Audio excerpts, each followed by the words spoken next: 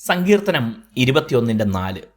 അവൻ നിന്നോട് ജീവനെ അപേക്ഷിച്ചു, നീ അവന് കൊടുത്തു, എന്നേക്കുമുള്ള ദീർഘായുസ്സിനെ തന്നെ. ബൈബിളിൽ നിരവധി പ്രാർത്ഥനകൾ കാണാം.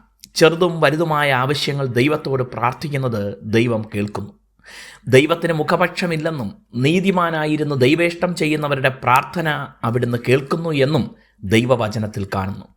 ശലോമോൻ ദൈവത്തോട് ജ്ഞാനം ചോദിച്ചത് ദൈവത്തിന് പ്രസാദമായി എന്നും ആകയാൽ ചോദിക്കാത്ത നന്മകൾ കൂടെ അവിടുന്ന് നൽകിയെന്നും കാണാം.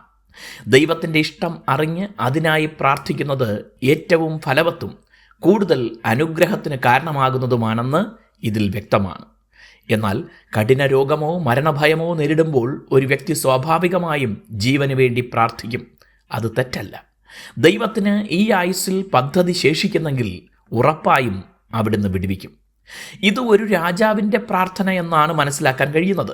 ദൈവത്തിൻ്റെ ബലത്തിൽ സന്തോഷിക്കുകയും രക്ഷയിൽ ഉല്ലസിക്കുകയും ചെയ്യുന്ന ഒരു രാജാവ്. അങ്ങനെയുള്ള രാജാവിൻ്റെ ഹൃദയത്തിലെ ആഗ്രഹം ദൈവം നൽകിക്കൊടുക്കുന്നു. പ്രാർത്ഥന നിഷേധിക്കുന്നതുമില്ല.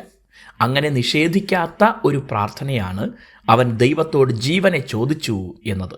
ദൈവത്തിന് അത് പ്രസാദമായതിനാൽ അവൻ ചോദിച്ചതിനേക്കാൾ അധികം എന്നേക്കുമുള്ള ദീർഘായുസ്സിനെ കൊടുത്തു. ബൈബിളിൽ ആയുസ്സിനായി പ്രാർത്ഥിച്ച രാജാക്കന്മാരെ പരിശോധിച്ചാൽ അതിൽ ഹിസ്കിയാവിൻ്റെ പേരാകും ഉറപ്പായി കാണാൻ കഴിയുക. അദ്ദേഹം മരിക്കുമെന്ന് യെശയ്യാ പ്രവാചകനിലൂടെ കേട്ടപ്പോൾ ദൈവത്തോട് അപേക്ഷിച്ചു. ദൈവം 15 വർഷം ആയുസ് ദീർഘിപ്പിച്ചു. നമ്മുടെ ആയുസ് ദൈവകരങ്ങളിലാണ്. ഈ വാക്യം ഏറ്റവും ചേരുന്നത് യേശുക്രിസ്തുവിനാണ്.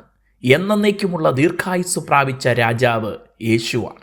എന്നാൽ നാം എല്ലാവരും ക്രിസ്തുവിനോടൊത്ത് രാജാക്കന്മാരായി വാഴുമെന്ന വാഗ്ദത്തം നോക്കിയാൽ ഈ പ്രാർത്ഥന നമ്മുടേതു കൂടെയാണ്. യേശുക്രിസ്തുവിലാണ് നമ്മുടെ ഈ പ്രാർത്ഥനയ്ക്കുൾപ്പെടെ ഉത്തരം ഉള്ളത്. ദൈവം നമ്മെ അനുഗ്രഹിക്കട്ടെ.